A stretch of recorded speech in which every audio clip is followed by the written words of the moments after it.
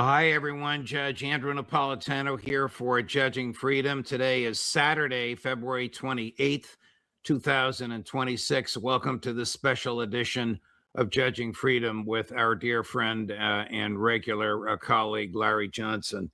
Larry, of course, welcome here. Thank you for disturbing your Saturday afternoon. It's afternoon here in the East Coast of the United States. We have much to discuss. Before we get granular, let's look at the big picture. What happened today? What did the United States and Israel attempt to do? The United States and Israel started a fight that they can't win, that they're going to lose, and they don't have an easy out. They'd convinced themselves that all they had to do was launch this massive strike because Trump foolishly believes his own nonsense about, there's no better, bigger, more powerful military in the world than us. With maybe Israel is a close second, but we are the best and we can do anything. And so they fully intended to try a repeat of what happened on June 13th of 2025 to do a decapitation strike, take out the upper political military leadership. Well, they've been gesturing for now more than 2 months that they were going to do this. The Iranians had no doubt that they were going to do it. And the Iranians were taking preparations that if it did happen, and if the Ayatollah Khamenei died, he'd already designated successors. If Pezeshkian died, he'd designated, they'd all, they all said, hey, if I go, you're in charge. They were planning for this. So here's Israel, they top it off. And, we saw from a recent article from Seymour Hersh that I don't know if his source was U.S. intelligence or Israeli intelligence, but regardless, this source told Psy that, oh yeah, we decimated the Iranian ballistic missile program last year. They don't have anything. So within an hour and a half of this surprise attack yesterday morning, it was yesterday morning in Iran, Saturday morning there, Iran was firing back. But this time, what's different from now compared to what happened in June of 2025, at that time, Iran confined itself to attacking only Israeli targets. They focused primarily on economic and military targets. This time is different, way different. They're going after U.S. bases and installations throughout the Persian Gulf into Iraq. And the United States is suffering significant material losses. I don't know about human loss at this point. Here's one of the dopiest questions I ever heard asked, and I think the Iranian foreign minister agreed when an NBC correspondent, I don't know who it is, asked him, Chris, the NBC dope. Why is attacking U.S. military bases abroad justified? But because they are attacking us. They are U.S. military, installations, facilities, bases who are attacking us. We are under attack. Why don't you, recognize this fact? We are under the attack by U.S. forces in the region. So we have every right to defend ourselves. And how to defend ourselves? We attacked, the U.S. bases. This is obvious. This is a very simple fact. And I hope that, and I'm sure that people would understand that. We are not the one who attacked Americans. We are only defending ourselves. Are American troops and installations in the Middle East to the long-range offensive capabilities of the Iranian military? Well, what's happened right now, for example, they made a big point of attacking the Fifth Fleet facility in Bahrain. It's a port. That port is critical for providing service to, say, U.S. destroyers who, remember, these destroyers come equipped with 96 missile slots. I think they got 50 up front and 46 astern. And their vertical launch system. So when they launch either Tomahawk cruise missiles or Aegis air defense missiles out of those tubes, the only way to replace them is to sell to a port. Previously, they could sell into Bahrain and go there. Not now. Iran has closed the Strait of Hormuz. You've got several U.S. Navy ships that are now basically trapped inside the Persian Gulf, and Iran's got the anti-ship missiles to take those out. I don't know if they have yet, but I think they will. Number one. So now this means the United States, when it's in a fight with the Abraham Lincoln carrier in the Arabian Sea, accompanied by, last I checked, it was like 3 destroyers and maybe up to 4. Once they're run out of missiles, they got the nearest port is 3.5 days away at Diego Garcia. Wow. So what we have right now is a situation that we cannot sustain an attack, a naval attack from the south with just the one aircraft carrier, because there's no nearby port they can sail to get reloaded. So 3 days out, 3 days back, that's a week. How sustained is the American attack? Is it regular, consistent, systematic, without a break, or does it go for a couple of hours and they stop and then they come back? Well, they've got they can't sustain it continuously because they're using the land-based is from planes that are flying out and dropping air-guided missiles, air-to-ground missiles. And again, the same applies to the ships that are those destroyers that are firing off Tomahawk cruise missiles. Once they fire, they're done. They'll have to wait till they can go reload. I do understand that Iran has fired some missiles and drones at the ship, at the carrier strike force. Don't know what the effect has been. We do know that in Bahrain, they hit the facility that housed U.S. naval officers. It's on fire. So there's possibility that they have killed some U.S. Naval personnel. You got Bahrainis cheering as Iranian missiles are slamming in to this U.S. naval facility. But at the same time, what you have is the other countries, Saudi Arabia has now declared war on Iran. I'm sure that Qatar and United Arab Emirates are going to follow suit. And fine, up to this point, Iran has targeted only the military targets, the U.S. military targets in these countries. But if those countries want to start getting into it with Iran, Iran will take out their oil. And Iran very well can do that. And that'll be especially true if the West tries to attack Iranian oil facilities and oil fields. They will then, in turn, light up the entire Persian Gulf and say goodbye to 25% of the world's petroleum. Put your economics hat on, in which I know you are well schooled. What is going to happen to the price of oil / gasoline once the Strait of Hormuz is closed for more than just a few hours? Yeah, no, it's going to go up. People have estimated it could go up as you get the price of oil could go up $120 a barrel. Right now, Brent, last I checked, the Brent price, the oil selling forward was at around 70, 72. So it's headed up, but it's going to go up dramatically. Now, it appears that China had an inkling about this because they started loading up on oil big time over the last 4 weeks. So they've increased their stock, their reservoirs. Same can't be said though for Japan or Indonesia or Malaysia. And Iran's playing I think they're playing a deliberate hardball game here. That they're not going to stop like they did last June. Last June, there was a deal cut with the United States. And I said, look, let us bomb these nuclear sites and we'll let you hit Al Udeid, and then you can continue selling oil to China and we'll walk away and call it even. And Iran went, all right. And they received, Pezeshkian and received some criticism for that. Well, that's not going to happen this time.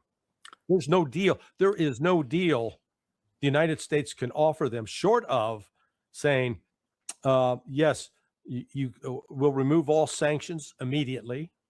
And Iran say, we're going to continue bombing until those sanctions are off. So remove the sanctions and you are free to develop and enrich uranium however you want. Iran is not going to be compelled to back down. They've got the ability to fight. How did it happen that the Americans or the Israelis, I don't know who did this, attacked a school for little girls, which killed 105 of them? Yeah, it's they have more faith in the accuracy of their weapon systems that don't always work. And this is, killing children. You remember, Judge, the kind of reaction we had in the United States on 9/11/2001, Sure. and on 9/12/2001. The political differences that had existed in the country on September 10th largely disappeared overnight. All of a sudden, we were all Americans. We weren't Republican or Democrat or independent. We were Americans. We had been attacked. And we were, by God, going to make those who attacked us pay. Well, guess what? That's exactly what's going on today in Iran. And they've got the bodies of 105 little girls to stand there and look at. And they were in the midst. They had trusted us again. Right. We said we were having peace talks. They were willing to make concessions. On Thursday, they said, oh, hey, we made progress. We look forward to Monday. And then Trump, he's worse than Adolf Hitler. He did exactly what Hitler did on September 1st, 1939, attacked a country that had not attacked us. Mohammed Marandi, your and my longtime friend, told us the same thing about the unity of the Iranian people as a result of the attack. It's like Americans on December 8th, 1941. Yeah, exactly right. Right. Right. How vulnerable is Israel? Very vulnerable. What they didn't learn, they should have, was in June, we're told they went to the United States, say, hey, get us out of this. We're running out of missiles. Well, they have not been able to restock basically the Iron Dome, the missiles they fired, just like what is fired out of the Patriots. And the annual production on that in the United States was estimated at 700 a year. And yet when you realize that every Patriot missile, when there's an inbound target, they're going to fire at least 2. And, let's say that so far Iran has fired 50 at Israel. Well, there's 100 gone. And that's like 15% of annual production in one day. Gone. So we've already seen images of missiles penetrating Israel's so-called air defense Iron Dome system. A direct strike in Tel Aviv about an hour ago. So Iran's just going to pick them apart. I think Iran will opt to do more of its strikes at night, at government facilities, at military headquarters, intelligence headquarters, and at industrial sites to minimize loss of civilian life. Because unlike the Israelis, the Iranians are not into seeing how many civilians they can kill. Chris, we don't know who he is or what his rank is. We just know he's an Iranian military official, but he's making some very interesting statements. Chris, the Iranian military official. Trump should know that we are equipped with the most advanced capabilities today to fight with you for years. At the start of the war, we'll use whatever we have in storage, but as it goes on, we'll launch our most powerful missiles. The things we haven't revealed yet, the ones we Iranians say we've been keeping in reserve, we'll unveil those in these days as well. Same thing that Scott Ritter told us this morning. Yeah, well, we've got Alistair Crook, Professor Morandi, Max Blumenthal. They all were in Iran about a year ago now, and they all saw several of the ballistic missiles in the different stages what Iran has developed, and got some sense. So the Iranians are very serious people on this. They're not. This guy is not a gas bag, just mouthing off to be mouthing off. He's actually telling the truth. And when you see there are videos online, you can see them on YouTube, of these, they call them missile cities. These are enormous underground passageways where you can drive trucks, like a full semi-trailer.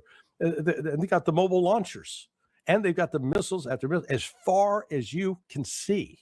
We're not talking about 10 or 12. I mean, we're talking about literally you can see hundreds in one passageway. Well, I'm guessing they've got lots of those. And so it's not like you've got fixed launchers and people run out and like Cape Canaveral and put the missile out and then fire, because that's easy to destroy. What Iran has are mobile missile launchers, which are extremely, almost impossible for the U.S. to detect and very difficult to destroy. This is a Iranian missile striking in downtown Tel Aviv. This just released a moment ago, Larry, 10:39 Tel Aviv time. So that's about an hour, about 45 minutes ago. Yeah. See, no air defense. Right. And they're going to continue doing this. Iran will do this, until they run. They may eventually run out of missiles. But I see the other thing they've got going for them is they've got the ability to produce underground. So they will continue building underground. They've got supply chains in place with China and Russia. And here's the problem the United States has. Some of these air defense missiles, I'm sure, include rare earth minerals that are no longer being exported to the United States that China's withholding. And so you're going to run into a situation where the ability of the United States to sustain an air campaign is going to be extremely limited. One reason, they started off at these bases in Saudi Arabia at Prince Sultan and in Jordan at Mawafik al-Salti. But now Iran is attacking those. And again, the Patriot missiles aren't working. They're not preventing the missiles from getting through. So they're going to have to relocate those assets to where? Well, somewhere farther away. Turkey said, not using us. So it means they probably go out to Cyprus. Wow. And then they take off from there, and they got a long flight and multiple air refuelers. So it creates some logistical problems for the United States that in the past, they could fly out of Jordan, fly out of Saudi Arabia, and Iran wasn't bothering them. Not now. Iran's taking out every U.S. base that's there and making it unusable. Well, what does the fact that this is the second time that Trump has lulled Iran into a false sense of security and attacked Iran in the midst of negotiations, literally when a negotiation session was scheduled in the next 24 or 48 hours. What does this do to the Russia-U.S. negotiations?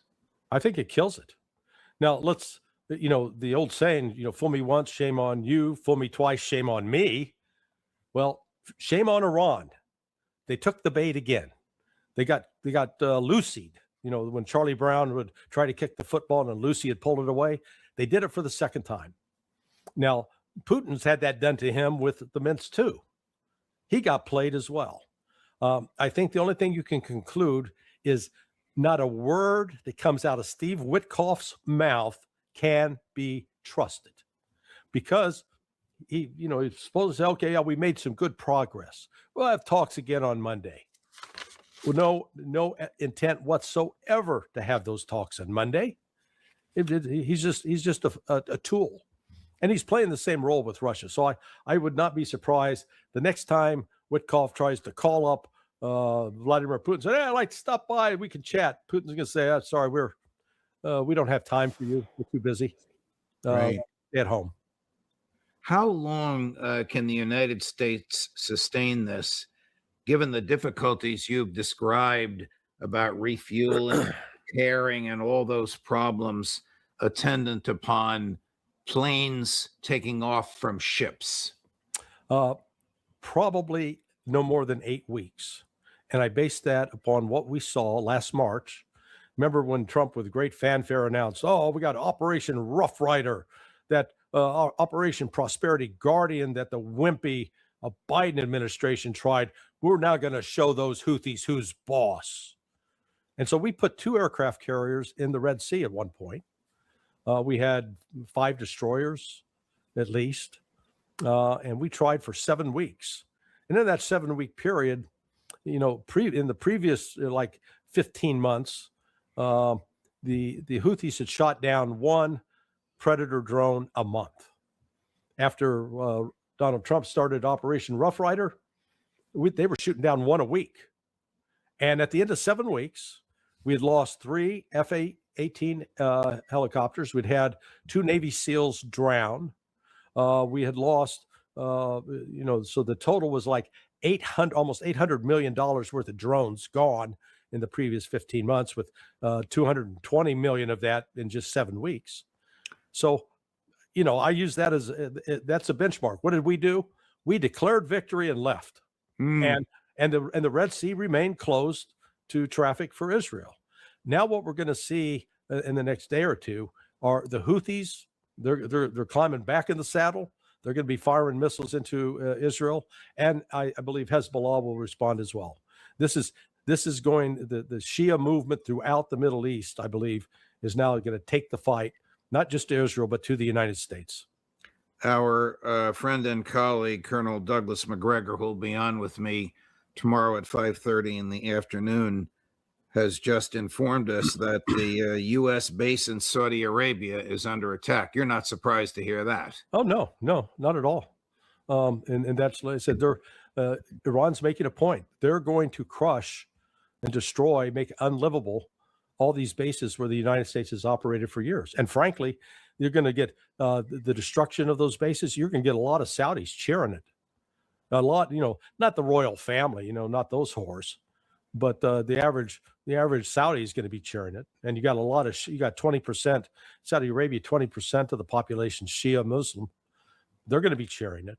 What do you expect Russia and China might do that they haven't already done in light of the, I don't want to use the word ferocity, sustainability, frequency, whatever you want to call it, of the American attack? Well, I think they'll do everything they can quietly behind the scenes to complicate problems for America. And they may send additional naval assets to assist Iran, in closing the Strait of Hormuz, perhaps.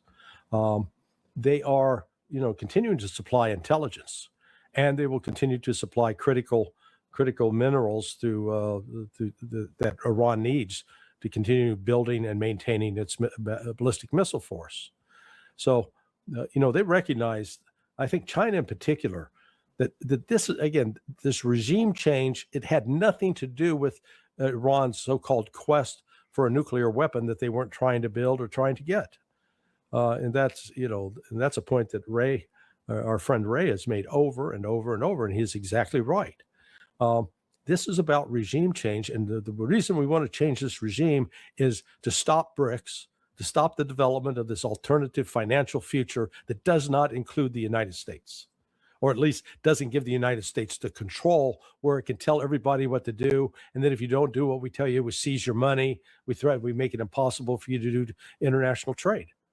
Those days are over, and Iran now is seeing a way to break free of that.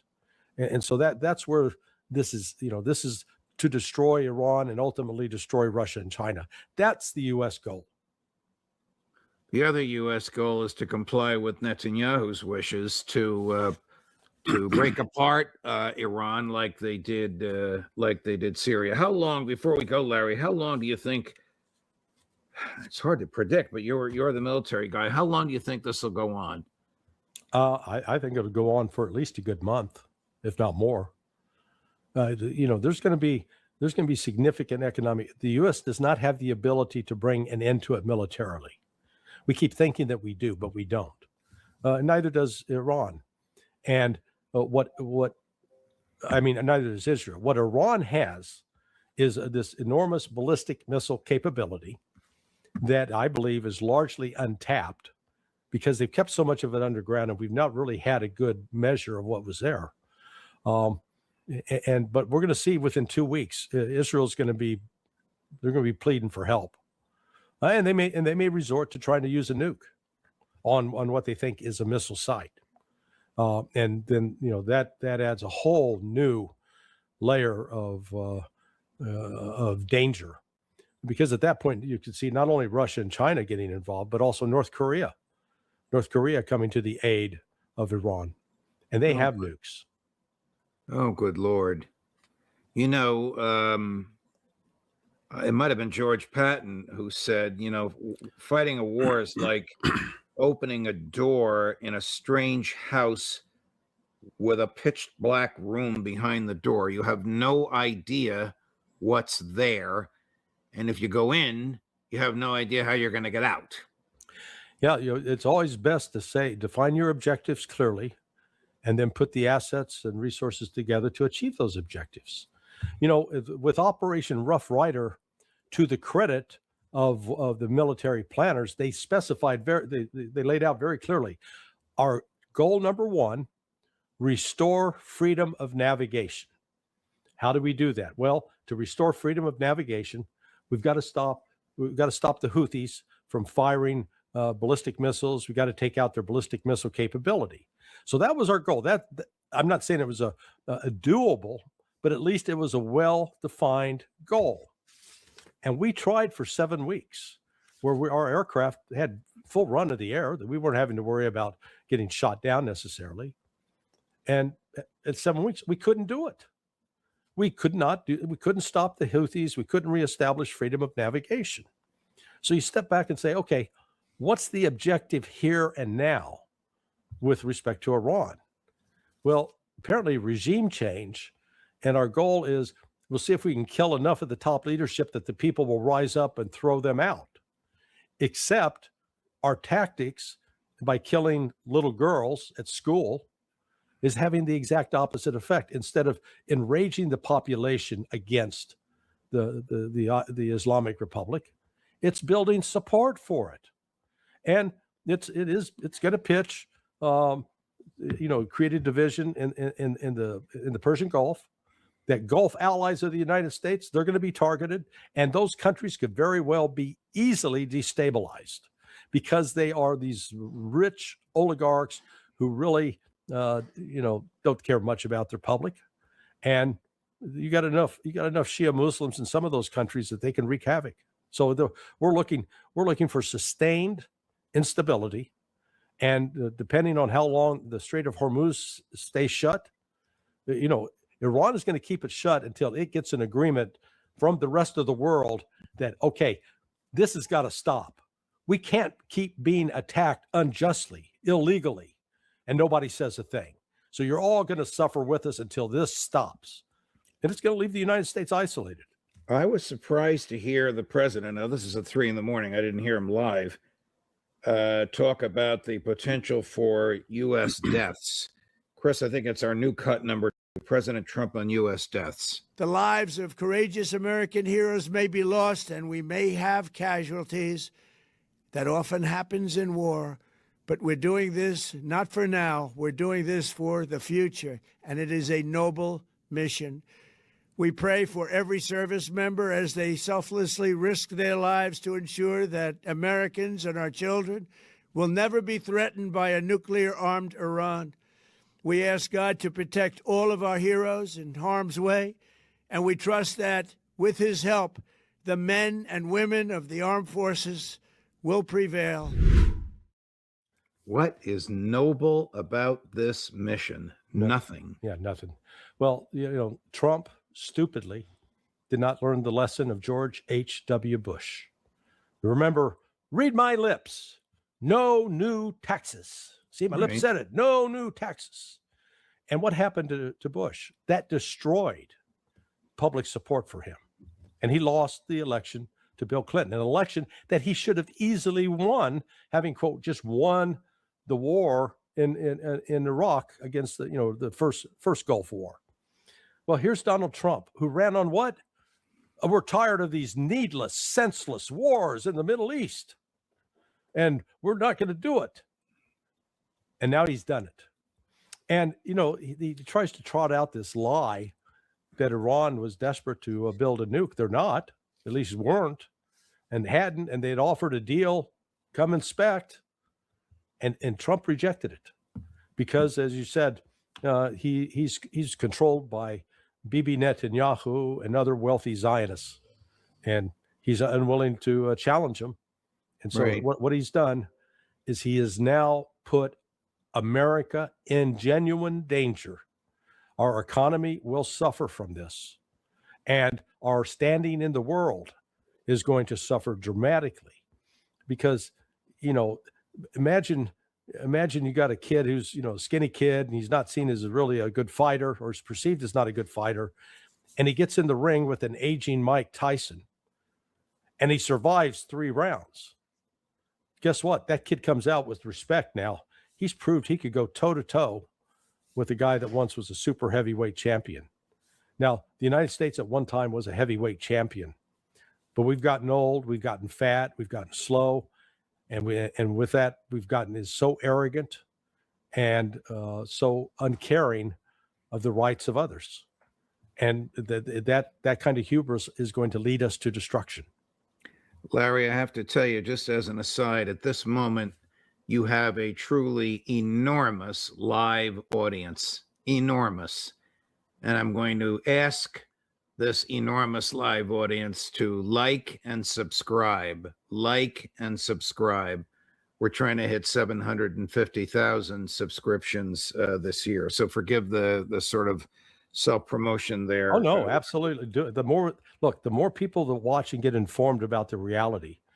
Because again, the lies that are being told, not just by Donald Trump, by J.D. Vance. But Larry, my friends and former colleagues where I worked for 21 years at Fox News have said a tremendous victory for the United States. What the hell are they talking about?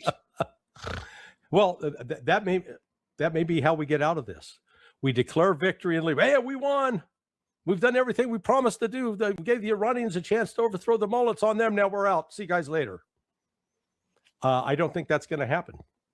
And Iran, if they sink a ship or two, here's what's going to do in Donald Trump. I think this marks the end of his presidency, candidly, because when body bags start coming home, and let's say if we get like 2,000 casualties, well, that's more than we suffered in like 10 years in Iraq. So, I mean, this could really go south and sour fast for Trump. And you know what? He could be impeached for taking the United States to war without congressional approval.